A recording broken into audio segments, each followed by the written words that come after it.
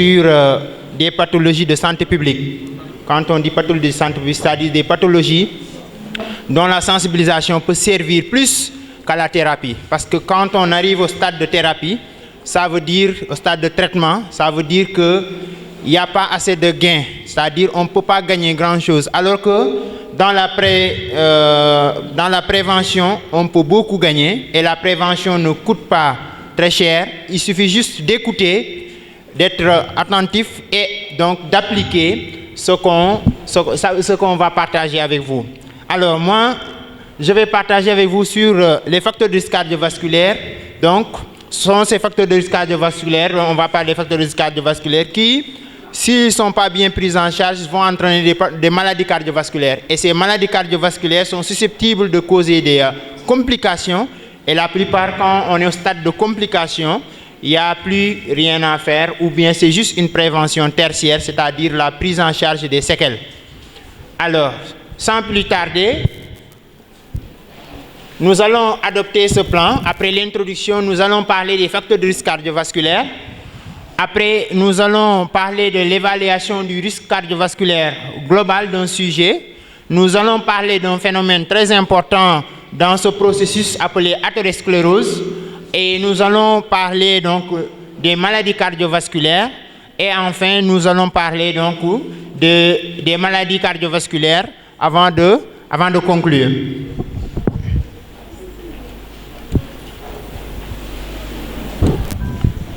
Alors, les maladies cardiovasculaires, ce sont des maladies qui touchent le cœur et les vaisseaux. Donc, quand on dit cardiovasculaire, c'est-à-dire c'est le cœur et les vaisseaux. Donc, le cœur et les vaisseaux donc, travaillent en symbiose.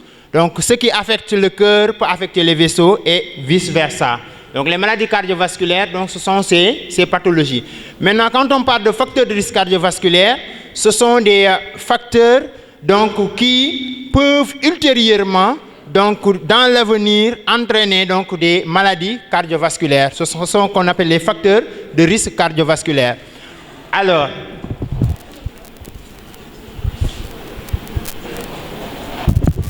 ce sont des pathologies de santé publique. Quand on dit pathologie de santé, des problèmes de santé publique, c'est-à-dire ce sont des pathologies donc, qui causent une très grande mortalité. D'abord au niveau mondial et aussi au niveau, donc, au niveau du continent africain et particulièrement au niveau de notre pays, au niveau du Sénégal.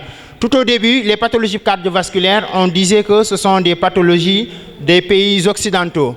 Maintenant, la tendance a changé de sorte que nos pays, à cause des mauvaises habitudes, donc ces pathologies commencent à apparaître dans nos pays avec des prévalences très élevées. Donc vous voyez donc ces prévalences, donc 82% de décès dans les pays en voie de développement. Donc on est environ à plus de 23,6 millions de décès, donc projetés en 2030 et on est déjà en 2025.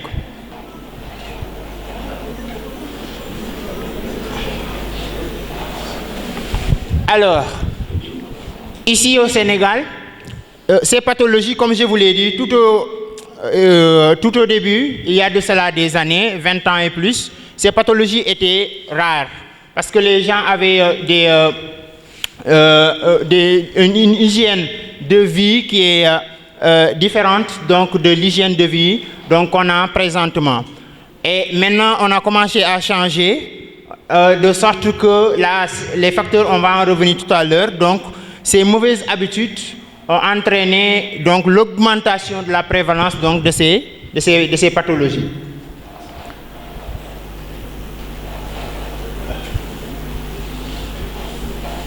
Alors, nous allons parler de ces facteurs de risque cardiovasculaire. Il y en a plusieurs. Donc, il y a l'âge qui est un facteur de risque cardiovasculaire. Il y a le sexe, il y a les antécédents familiaux. Donc, il y a deux classes. On va les classer d'abord en facteurs de risque modifiables et facteurs de risque non modifiables. Quand on dit non modifiable, c'est-à-dire on n'y peut rien, par exemple, le sexe, on ne peut pas le changer. L'âge, au fil du temps, on gagne de l'âge, on ne peut pas du tout on ne peut pas du tout changer. Donc ça, c'est les facteurs non modifiables. On ne peut rien y faire. Alors, à partir de 50 ans chez l'homme, 50 ans et plus, c'est un facteur de risque cardiovasculaire pour l'homme. Et pour la femme, 10 ans après, ça devient un facteur de risque cardiovasculaire. Tout simplement parce que les femmes, avant 60 ans, ils sont protégés donc par les hormones sexuelles, notamment l'oestrogène et la progestérone.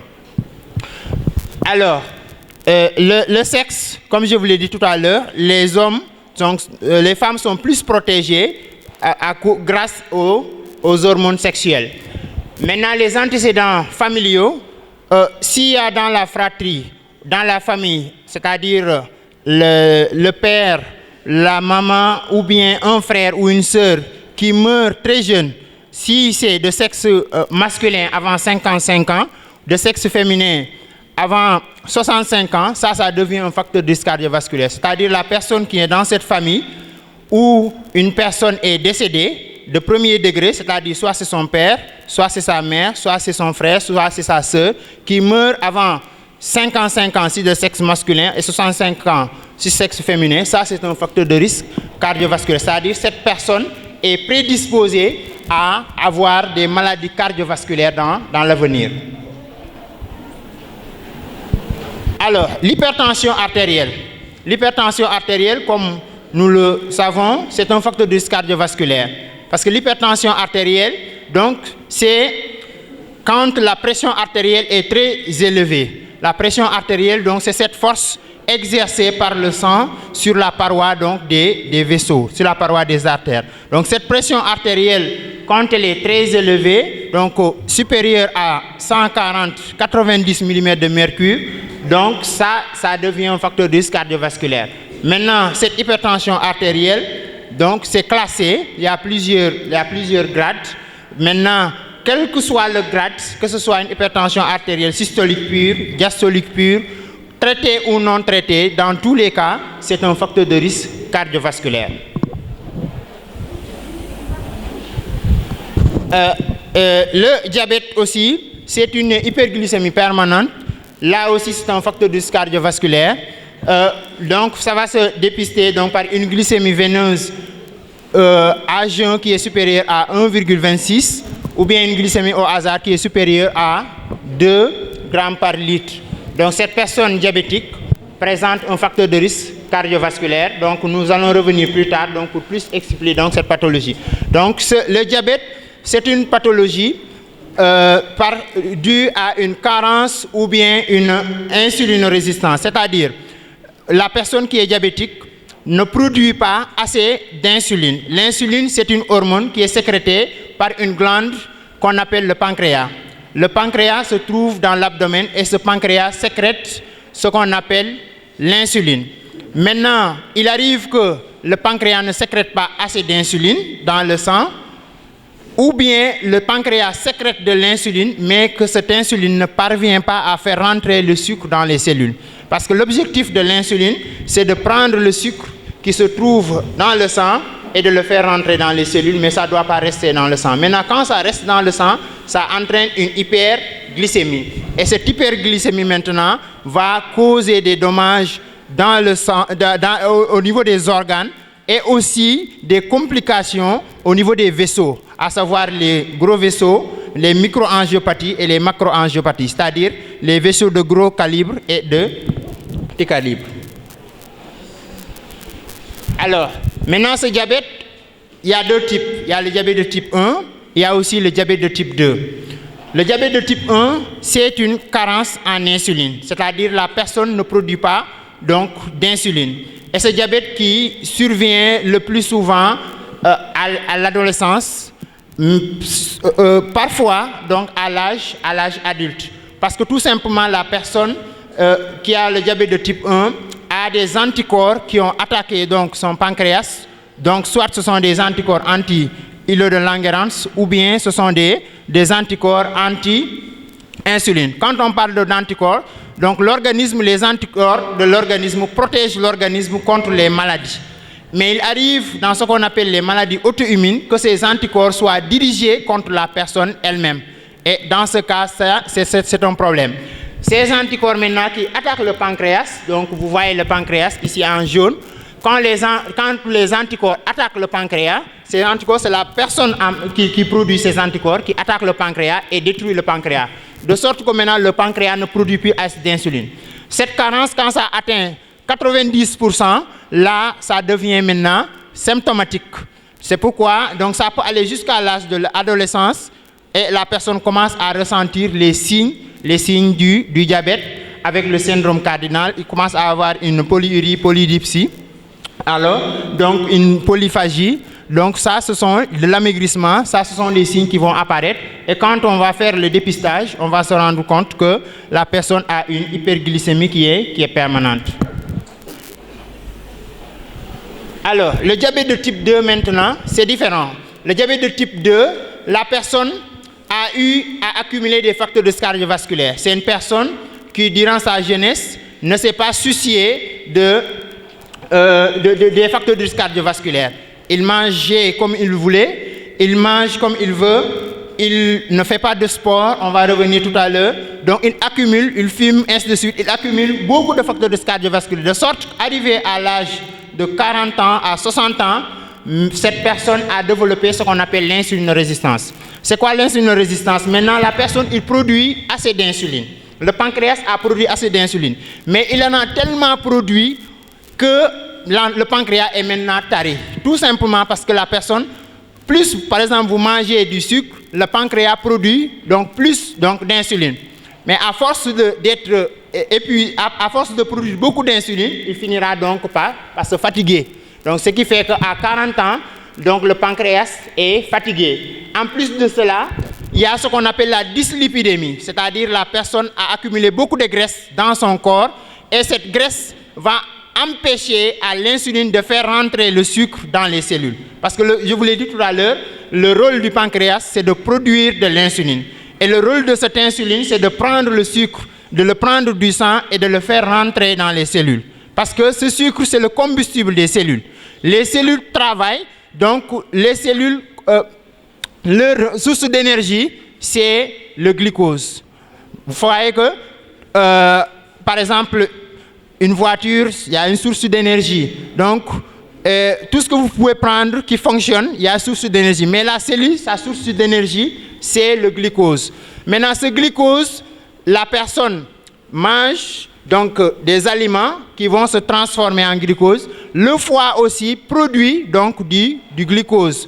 Parce que quand la personne mange quelque chose de sucré, donc une partie va aller régler les besoins et une autre partie est stockée au niveau du foie sous forme de glycogène, au niveau des muscles et au niveau aussi du tissu adipeux sous forme de triglycérides. Maintenant, durant les périodes maigres, c'est-à-dire quand la personne ne mange pas, là, ce glucose qui était stocké va être libéré dans le sang. Ce qui fait que nous pouvons jeûner. Parce que si ce n'était pas ce phénomène, on ne pourrait pas jeûner. Si on jeûne, c'est-à-dire on continue de fonctionner, maintenant d'où nous vient cette énergie? Cette énergie nous vient des stocks qu'on avait au niveau du foie, au niveau du tissu adipeux, au niveau donc, et maintenant on va cataboliser donc ce glycogène pour le transformer en glucose, et ce glucose va être utilisé, l'insuline va faire rentrer ce glucose dans les cellules et les cellules vont pouvoir fonctionner. Maintenant dans l'insulinorésistance, c'est comme si vous prenez la porte et il y a une clé. La clé qui doit ouvrir la porte pour que les gens entrent dans la salle.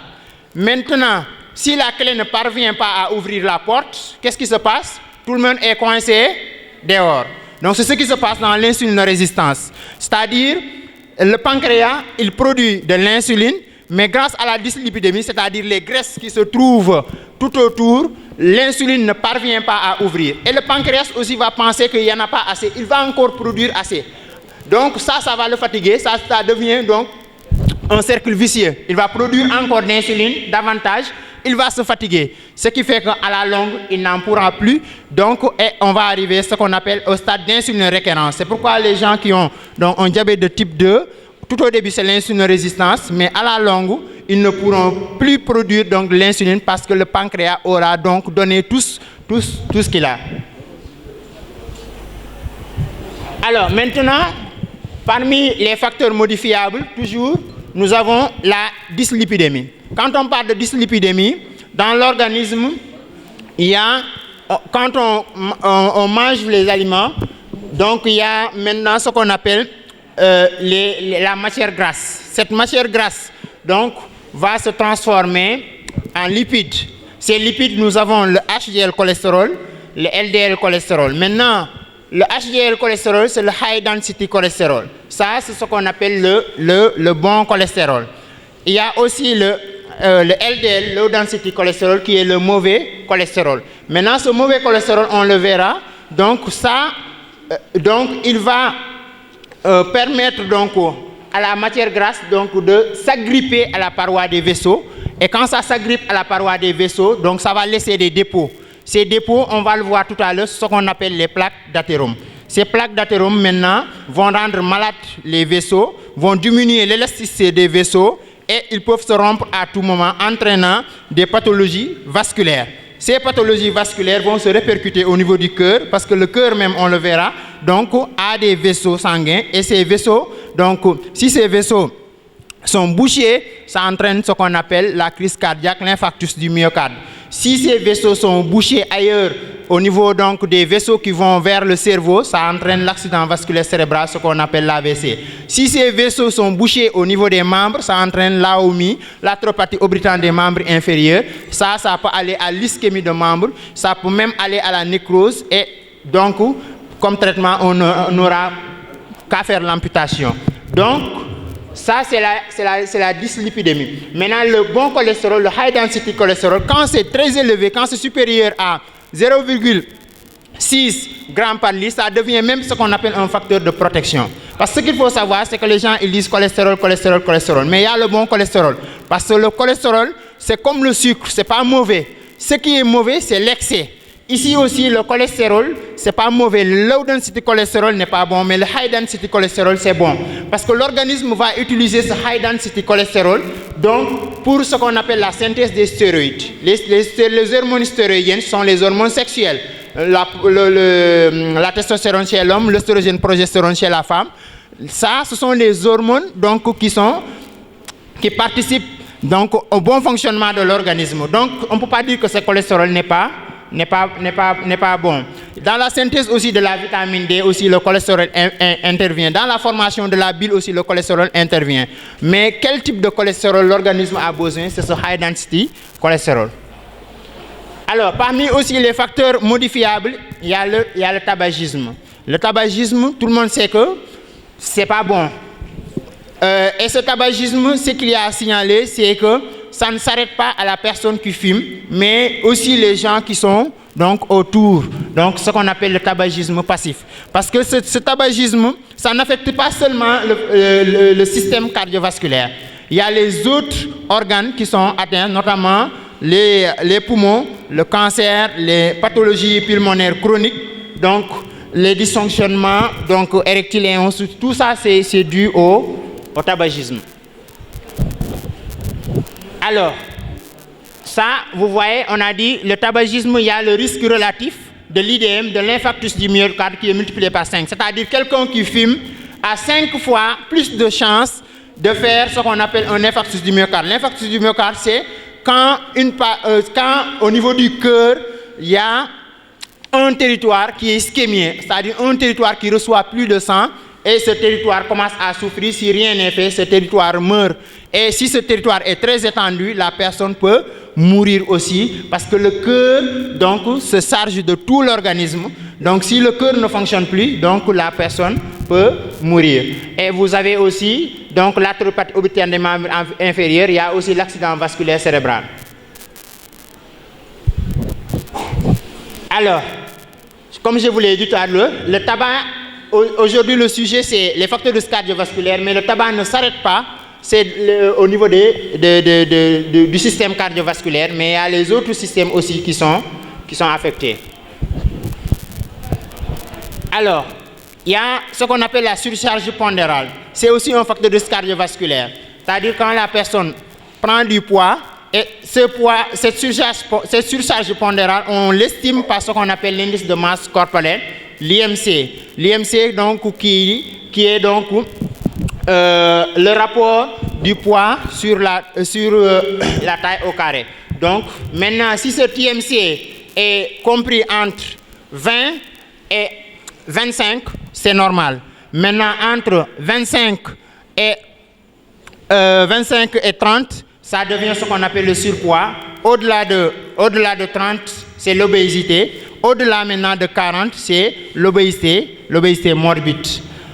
En plus de... Qu'est-ce qui cause ces surcharges pondérales? Ces surcharges pondérales est causée donc par ce qu'on appelle les adipocytes. Ce sont les cellules graisseuses.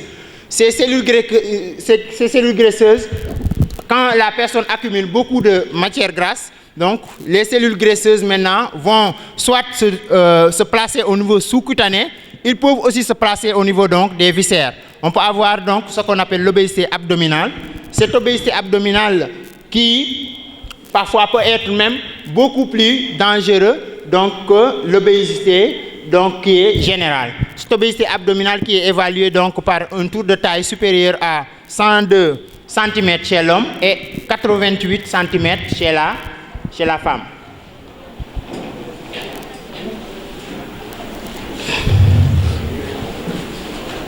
Alors, en plus de ça aussi, on a ce qu'on appelle la sédentarité. La sédentarité, c'est le fait de rester, de ne pas faire d'efforts, d'être paresseux, de ne pas faire d'activité physique. De nos jours, avec les nouvelles technologies, les téléphones, il est facile de passer toute une journée accroché à son téléphone sans faire d'activité physique. Ou bien d'être au travail sans se soucier donc de faire de l'activité physique. Alors que le sport, c'est très très important dans la santé. Donc il faut faire du sport, ne pas toujours rester accroché donc, au téléphone ou bien à autre chose sans faire du sport. Alors les mauvaises habitudes alimentaires aussi. On ne peut pas manger comme on veut aussi. Comme je vous l'ai dit tout à l'heure, tout ce qu'on mange est utile pour notre organisme. Par exemple, dans le cadre du diabète, le glucose, c'est très utile pour notre organisme. D'ailleurs, quand la glycémie baisse, c'est beaucoup plus dangereux que quand la glycémie s'élève. Quand la glycémie baisse, ça entraîne une hypoglycémie et cette hypoglycémie est rapidement fatale. Ça peut tuer la personne très rapidement. Alors que l'hyperglycémie, ce n'est pas bon, ça peut entraîner des complications, mais le plus souvent, ça donne du temps à la personne. Donc, on en a besoin, mais c'est tout excès, c'est cet excès qui est nuisible. C'est-à-dire qu'il ne faut pas manger trop de sucre, ni trop de sel, parce que le sel aussi, ça va entraîner l'hypertension artérielle. Vous le savez, dans la loi pour la pression artérielle, quand il y a une rétention sodée, la volémie, c'est-à-dire la quantité de sang augmente, et ça augmente la pression artérielle. Il ne faut pas aussi manger trop gras, on l'a vu tout à l'heure, la dyslipidémie, quand on mange très gras, ça va entraîner une dyslipidémie, ça va entraîner un stockage au niveau du tissu adipeux, l'obésité, tout ça, ce sont des facteurs de risque cardiovasculaire. Donc, il faut bien manger.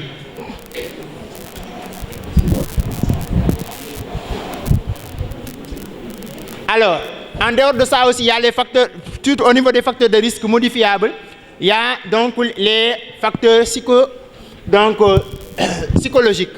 Maintenant, ça c'est difficilement appréciable, notamment le stress. Maintenant, de nos jours, les gens sont très stressés. Et quand la personne est stressée, cette personne sécrète énormément d'hormones. Et ce sont ces hormones donc, qui vont attaquer donc, au niveau du cœur. Le cœur va fonctionner donc, à un rythme très élevé. Et ça, ce stress, le cœur va le ressentir. Et à force d'être stressé, le cœur va être fatigué parce que le cerveau se stresse. Donc la personne qui reçoit des informations extérieures et qui l'intériorise d'une manière à ce qu'il va produire ce qu'on appelle des hormones de stress. Le cortisol, ainsi de suite. Il y a beaucoup d'hormones donc, que cette personne sécrète quand elle est stressée. Maintenant, ce stress, de nos jours, il y a le stress du travail, stress des ménages, stress familial. Bon, il y a plusieurs donc, raisons de nos jours de se stresser. En dehors de ça, il y a ce qu'on appelle le caractère colérique. Quelqu'un qui est colérique, ça aussi c'est un facteur de risque. Il y a l'anxiété aussi, il y a aussi comportement hostile. Alors, on ne va pas trop s'attarder sur les méthodes d'estimation des facteurs de risque global. C'est un peu technique. Alors, ce qu'il faut savoir, c'est que les facteurs de risque cardiovasculaires ne s'additionnent pas. Non, ça ne s'additionne pas. C'est-à-dire qu'on est sédentaire, on est tabagique, ce n'est pas 1 plus 1 égale 2. Non, c'est une multiplication. C'est-à-dire, le risque relatif, quand on est tabagique, ce risque relatif de faire un IDM, on te dit que c'est 5. Quand, par exemple, cette même personne est sédentaire, ce risque relatif qui peut aller de 3. Maintenant, tu ne vas pas faire 5 plus 3, ce sera une multiplication. C'est-à-dire, plus les facteurs de risque sont associés chez la même personne, donc cette personne est beaucoup plus à risque. Et ce risque est exponentiel, c'est-à-dire ce n'est pas juste 1 plus 1 égale 2. Donc, c'est ce qui est important à retenir ici dans l'estimation globale des facteurs de risque cardiovasculaire. Donc, vous allez voir facilement une personne qui est sédentaire, qui est hypertendue et parfois qui est tabagique et qui mange beaucoup de sucre, qui mange salé et qui mange très gras. Alors, donc tout ça, on ne va pas s'attarder. C'est un peu technique.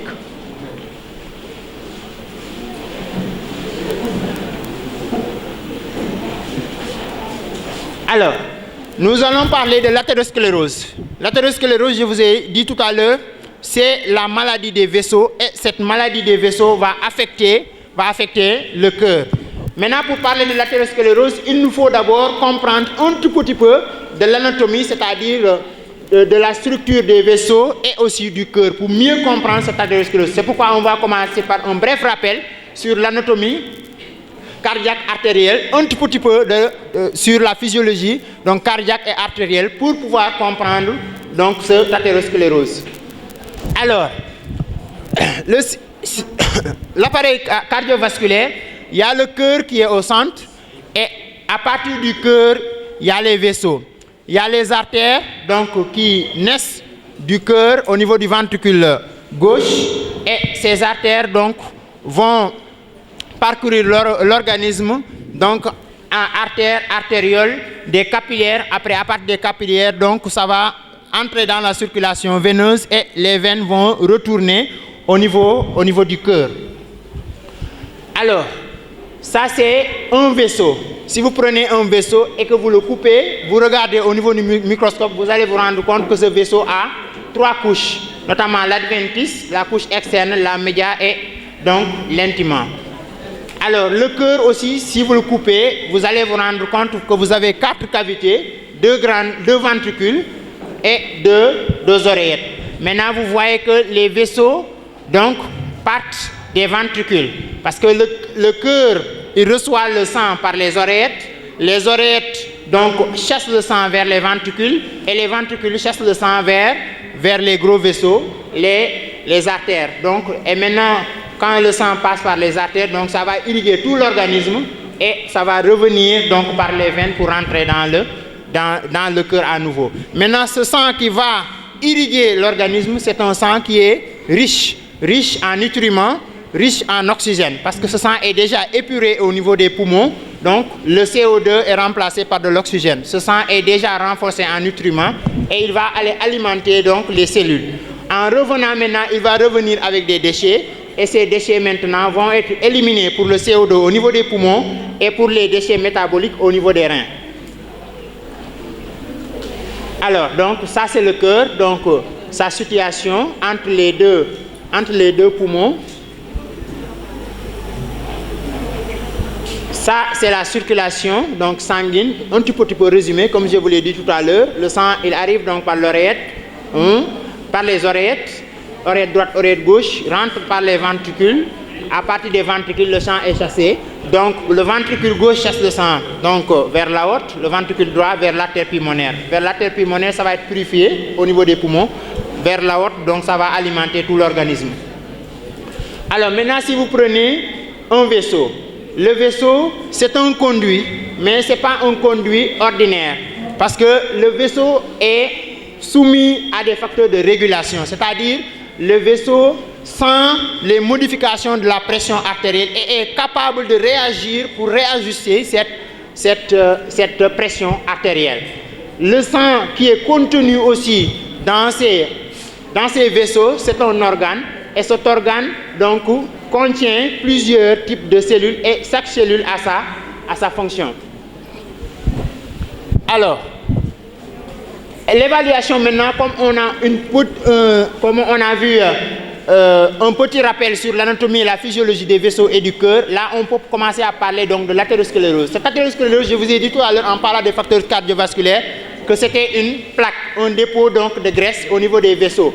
Et ce dépôt de graisse, c'était le LDL cholestérol, donc qui se déposait à la paroi des vaisseaux. Donc si vous regardez bien, donc à gauche, vous avez un tout petit peu de dépôt de graisse, une plaque d'athérome qui, au fil du temps, va augmenter. Et ce processus, ça peut prendre plusieurs années. Ce qui fait que les complications des facteurs de risque cardiovasculaire, ça commence à se sentir vers 40 ans, 60 ans. Et maintenant, cette plaque peut être fissurée. Cette plaque, donc, peut être fissurée tout simplement par les contraintes. Par les contraintes quand la pression artérielle varie, ou bien quand le vaisseau donc, se spasme, se contracte et se relâche. Là, ça peut fissurer le vaisseau. Et quand ça fissure le vaisseau, donc le processus de coagulation est entamé, ce qui peut obstruer totalement le vaisseau. Alors,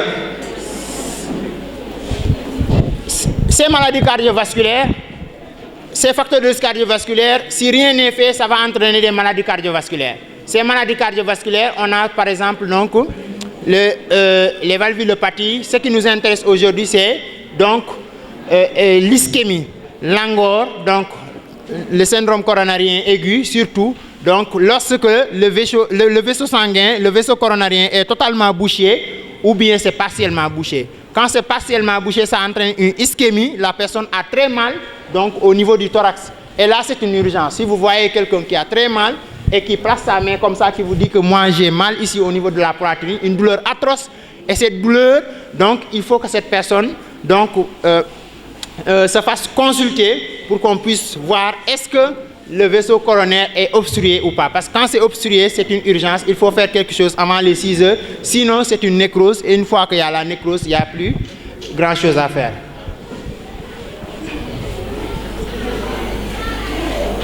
Alors, toujours dans les atteintes vasculaires, vous avez l'accident vasculaire, l'accident l'AVC, l'accident vasculaire cérébral.